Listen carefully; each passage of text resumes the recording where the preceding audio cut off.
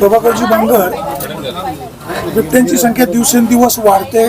One खात्याकडनं शासनाकडनं कोणत्याही प्रकारची उपाययोजना होत नाही. बिबट्यांची बिबटमुक्त व्हावा म्हणून शरद सोनवणे यांचं कालपासून या ठिकाणी आंदोलन सुरू आहे. आपण भेट द्यायला आहोत. आपल्याला धन्यवाद. शासनाने काय करणं अपेक्षित आहे, उपाययोजना कोणत्या व्हाव्यात? नाही, मुळात मगाशीच आमच्या सहकार्याने एका सांगितलं, केंद्राचा जो वन्यजीव संरक्षक कायदा आहे त्या कायद्यानं याला संरक्षण दिलं जातं आहे. आणि मुळात वन्य प्राण्याचा अधिवास हा जंगलामध्ये असला पाहिजे. पण तो जर आता आमच्या शेतामध्ये वास्तव्य करतोय आणि इथल्या शेतकऱ्यांना, नागरिकांना जर इथलं जगणं मुश्किल झालं आहे, शेती करणं अवघड झालं आहे, मुलांना शाळेत जाणं अवघड झालं आहे, आमच्या मायमावल्यांना शेतात जाणं अवघड झालं आहे, सगळ्याच गोष्टी अवघड झाल्या. हा विषय अत्यंत गंभीर बनलेला आहे. म्हणजे एक प्रकारची आपत्तीच या भागामध्ये निर्माण झालेली आहे आणि रोज या घटना आपण पाहतोय.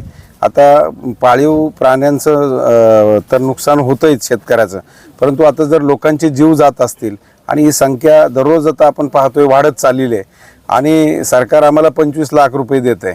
आम्हाला हे पैशाची गरज नाही, माणसाच्या जीवाचं मोल होऊ शकत नाही. आमचं म्हणणं काय, एकतर तो केंद्राचा कायदा आहे तो रद्द करा, नाही तर त्याच्यामध्ये दुरुस्ती करा. आणि केरळसारख्या राज्यामध्ये सुद्धा हत्तींच्या बाबतीमध्ये तर तिथलं राज्य सरकार वेगळा कायदा करू शकतं. तर आपलं संसद कायदेमंडळ आहे, विधिमंडळ कायदेमंडळ आहे आणि मग हा जो काही जुन्नर, आंबेगाव, खेड आणि शिरूर हा बिबट्याप्रवण क्षेत्र म्हणून जाहीर केलेला भाग आहे, या भागासाठी खास स्पेसिफिक एखादा वेगळा कायदा राज्य सरकारला करता येतोय का? त्या संदर्भामध्ये सुद्धा या भागातील लोकप्रतिनिधी असतील, म्हणजे जे आमदार आहेत, या ठिकाणचे आमदार अतुल बेनके असतील, आमचे मंत्री, सहकार मंत्री दिलीपराव वळसे पाटील असतील, किंवा पलीकडं दिलीप मोहिते असतील किंवा अशोक पवार असतील, यांनी सुद्धा पुढाकार घेतला पाहिजे. आणि माझं तर म्हणणं आहे, शरददादांना भेटायला आम्ही का आलो हा राजकारणाचा विषय नाही, ही सामाजिक समस्या या भागातली आहे. या भागातल्या लोकांचा जीव या ठिकाणी धोक्यामध्ये आहे. सगळेच परिस्थिती एकदम अवघड बनलेली आहे. असं असताना सगळ्यांना फक्त निवडणुकीचं पडलंय, राजकारणाचं पडलंय, लोकांचं कोणालाही काही घेणं देणं नाही. आणि खास करून या भागाचं लोकप्रतिनिधित्व संसदेमध्ये करणारे डॉक्टर अमोल कोल्हे यांचं पण गांभीर्य मला या ठिकाणी दिसत नाही. ते संसदेमध्ये प्रश्न मांडला असेल म्हणजे प्रश्न मांडला म्हणजे प्रश्न संपला असं नाही. आम्हाला आता रिझल्ट हवा आहे.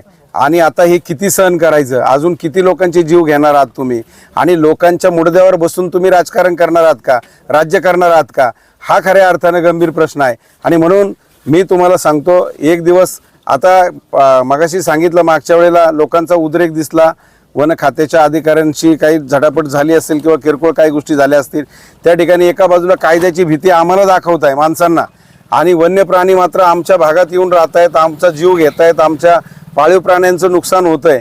अरे आम्ही जगायचं की नाही? घटनेनं आम्हाला पण सन्मानानं जगण्याचा अधिकार दिला आहे. मग सरकारच्या हे लक्षात येत नाही का, राज्यकर्त्यांच्या लक्षात येत नाही का? आणि म्हणून केंद्रातला जो कायदा आहे वन्यजीव संरक्षक कायदा, एकतर तो रद्द करा, नाही त्याच्यामध्ये दुरुस्ती करा, किंवा राज्य सरकारने याबाबत गांभीर्याने हा विषय घेऊन या ठिकाणी वेगळा काही कायदा राज्य सरकारला करता येतोय का हे पाहिलं पाहिजे. कारण आता आपण वन खात्याच्या लोकांची तर पहिली जबाबदारी आहेच. शरददादांचं जे म्हणणं आहे तेही बरोबर आहे, परंतु याला कायद्याचं स्वरूप दिलं पाहिजे. कारण कायदा हा सर्वश्रेष्ठ आहे आणि कायद्याच्या अधीन राहूनच आपल्याला सगळ्या गोष्टी कराव्या लागतात. जरी या ठिकाणाहून बिबटे पकडून नेले पाहिजेत हे म्हणणं जरी खरं असलं आणि ते बरोबरही आहे, परंतु त्याचबरोबर याच्यासाठी कायदा होणं पण गरजेचं आहे, किंवा जो कायदा आहे त्या कायद्यामध्ये दुरुस्ती होणं किंवा तो वन्यजीव संरक्षक कायदा रद्द होणं गरजेचं आहे. तरच या भागातील लोकांना जगता येईल, किंवा आमच्या मुलाबाळांना शाळेत जाता येईल, किंवा आमच्या मायमावल्यांना शेतामध्ये जाता येईल. अत्यंत भीतीचं प्रचंड वातावरण आहे. घटना या ठिकाणी घडली, परंतु मी तुम्हाला सांगतो, अगदी 4ही तालुक्यामध्ये मी आमच्या भागातल्या सुद्धा मायमावल्यांशी जेव्हा बोलत होतो, प्रचंड भीतीचं वातावरण आहे. रात्रीच्या बाहेर पडायची हिंमत सुद्धा कोणी करत नाही. मग आता ह्या लोकांनी जगायचं की मरायचं हा प्रश्न निर्माण झालेला आहे. आणि मग याला लोकशाही म्हणायचं का? आणि मग राज्यकर्ते किंवा लोकप्रतिनिधी नुसतं राजकारणच करणार आहेत का? आणि किती दिवस आम्ही हे सहन करायचं? अजून किती लोकांचा तुम्ही जीव घेणार आहात? आम्हाला जगून देता की मारताय आम्हाला? याबाबत थोडं तरी गांभीर्याने घ्या. तुमच्याकडे थोडीफार माणुसकी शिल्लक आहे की नाही? लोकप्रतिनिधी राहायला कुठं मुंबईला, पुण्याला, दिल्लीला? अरे तुम्ही सुरक्षित राहता, आमच्या शेतकऱ्यांनी काय करायचं? आमच्या मायमावल्यांनी काय करायचं? आमच्या लेकरांनी काय करायचं? म्हणजे आम्ही मरायचं का? आणि हे 25 लाखाची भीक आम्हाला अजिबात नको आहे. ते पैसे याच्यासाठी वापरा आणि हा कायमचा बंदोबस्त या ठिकाणी करा. या संदर्भामध्ये राज्य सरकार असेल, केंद्र सरकार असेल, यांनी हा विषय गांभीर्याने घेतला पाहिजे आणि वन खात्याची पण जबाबदारी आहे.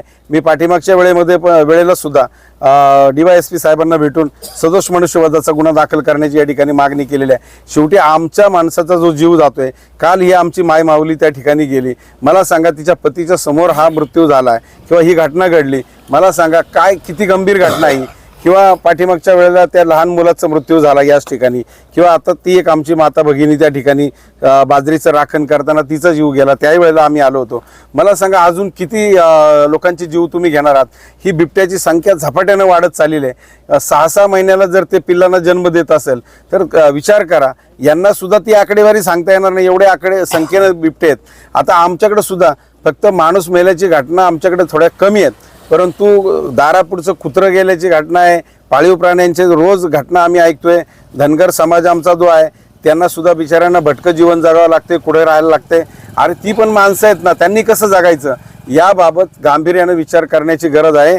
आणि राज्यकर्त्यांनी देखील याचा तातडीनं याबाबत निर्णय घ्यावा आणि लवकरात लवकर याबाबत काहीतरी ठोस अशी उपाययोजना या ठिकाणी झाली पाहिजे. नाहीतर या ठिकाणी लोकांचं जगणं हैराण झालेलं आहे. आणि जर ह्या गोष्टी झाल्या नाही तर मग मात्र खूप अवघड परिस्थिती निर्माण होईल.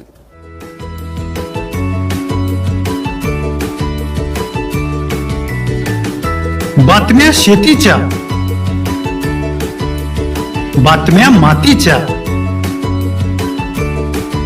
बातम्या अन्यायाच्या, गुन्हेगारीच्या,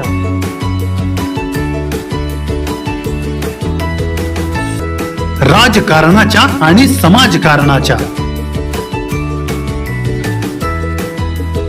शोषणाविरुद्ध बुलंद आवाज, जनसामान्यांच्या हुंकाराची गाज, सत्कार्याला प्रोत्साहन, दुष्कृत्याला अनुशासन, निर्भीड, निस्पृह, सडेतोड, बेधडक आणि रोखटोक म्हणजेच विघ्नहर टाइम्स. शोध बातमीचा, ध्यास सत्याचा.